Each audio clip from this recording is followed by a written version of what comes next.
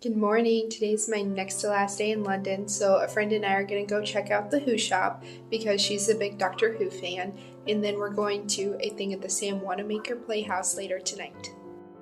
For this adventure, we got to take the Overground. This was the first time I had taken it on this trip. That was very fun and exciting, especially because one of the stops was Clapham Junction, which Agatha Christie writes about.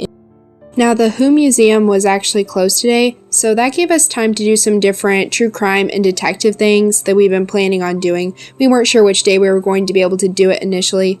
Also, before we got on the tube again, we stopped at Subway.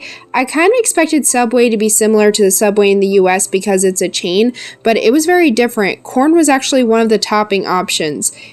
After finishing our sandwiches, we hopped on the tube to Whitechapel, where the Jack the Ripper murders took place, and did the Jack the Ripper walking tour, which started at this tavern, the White Hart. I'm in front of the White Hart Tavern. It's actually still a tavern. This is our first stop on the Jack the Ripper tour. Now, one of the men suspected of being Jack the Ripper actually worked at a barbershop in the basement. In the back alley is where one of the first victims was.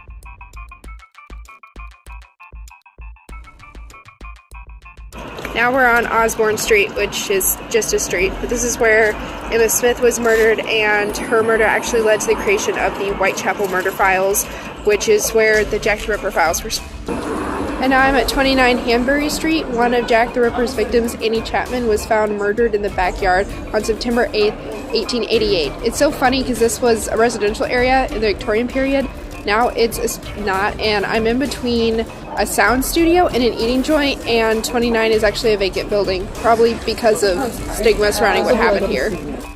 And now I'm on Brick Lane. Once again, it's just a street, kind of like Osborne Street, but this is where Jack the Ripper's victim, Mary Nichols, was last seen.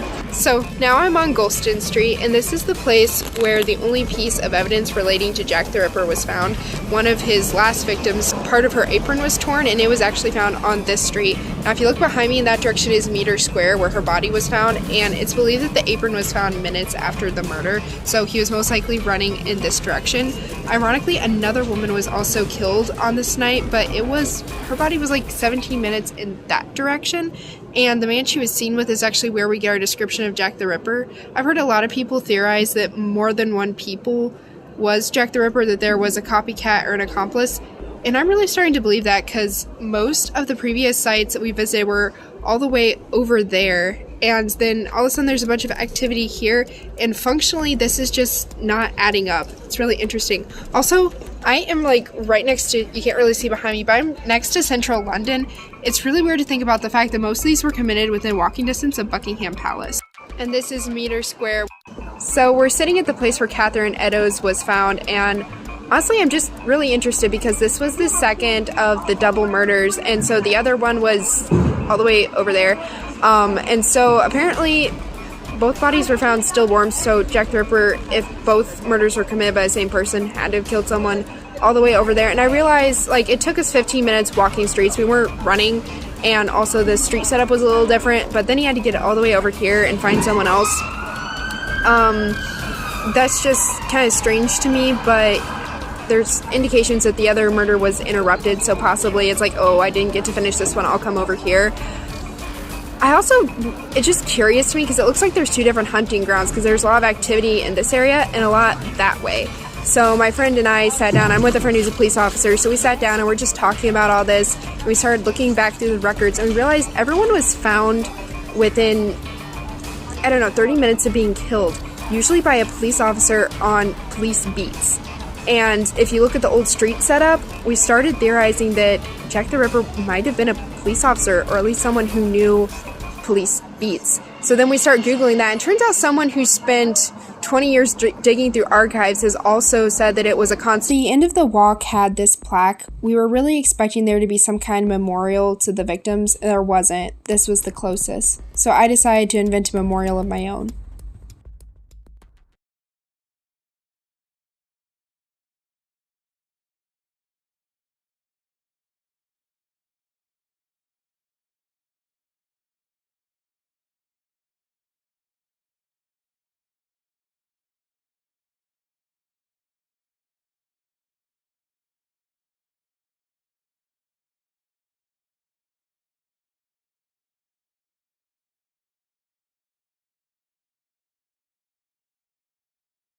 After the Jack the Ripper tour, we visited the house of the world's greatest fictional detective, Hercule Poirot.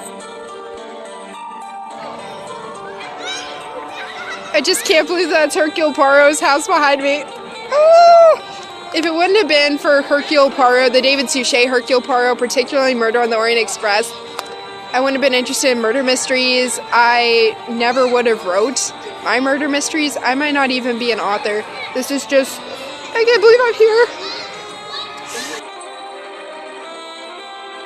Now, I intentionally chose to precede our detective's adventure with our Jack the Ripper adventure. And the reason for doing this was because the two great fictional detectives we're looking at were actually inspired in some degree by Jack the Ripper. During the ABC murders, which is Hercule Poirot's first serial killer case, he openly references Jack the Ripper and kind of probes his psychology a little bit.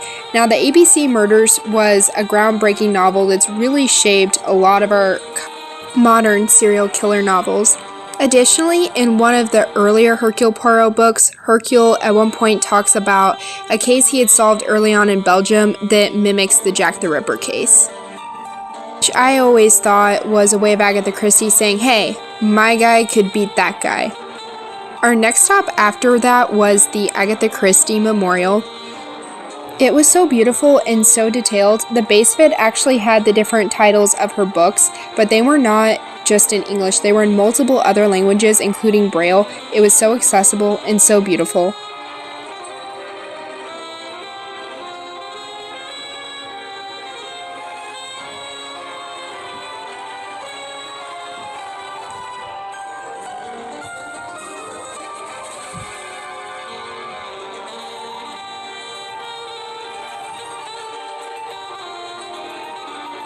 Our last stop related to Agatha Christie was St. Martin's Theatre. Now, this theater is really special because it's where Mousetrap has been playing for over 70 years. For those of you who are unfamiliar, Mousetrap was written by Agatha Christie and first performed at the St. Martin's Theatre, and they are still performing it. It's literally been performed since she wrote it without stop. This has broken a world record and is just honestly super impressive. They're proud of it too. They have this countdown inside of how many times Mousetrap has been performed and all kinds of merch just glorifying the fact that it's been performed so much.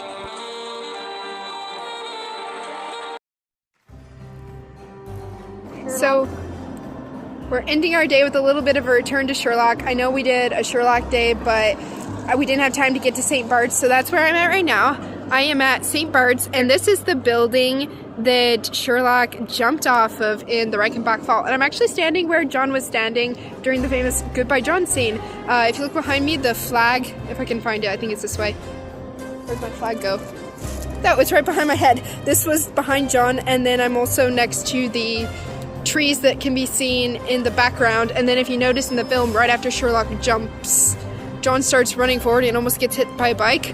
That's the bike path that the bike was coming down. So this is great.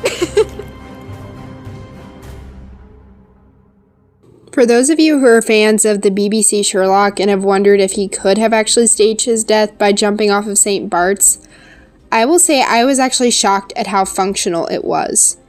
There's also this cute little telephone booth where fans leave little tributes to Sherlock. It was cute. And before we move on, I need to say what the Jack the Ripper connection is. Surprisingly, Sherlock Holmes actually never wore a deerstalker cap in the originals. That was something that was added later by an illustrator. Ironically, the most famous deerstalker cap wearer was a description of Jack the Ripper. So why did Sherlock wear the deerstalker cap? I don't know, but in the original series, Sherlock talks a lot about the importance of getting into the mind of killers. He even has this wall with photographs of famous killers in his bedroom, and I kind of wonder if the illustrator added that kind of as a nod to Jack the Ripper, that Sherlock was getting into the Ripper's mind. Our last stop of the day was the Sam Wanamaker Theatre. This is located at the Globe, and it's a remake of Blackfriars, which was Shakespeare's second theater. We don't talk about it very much. It was a later theater. It was indoor, however, and was used when the weather was bad. Now, like the original Blackfriars, this theater was completely lit by candle.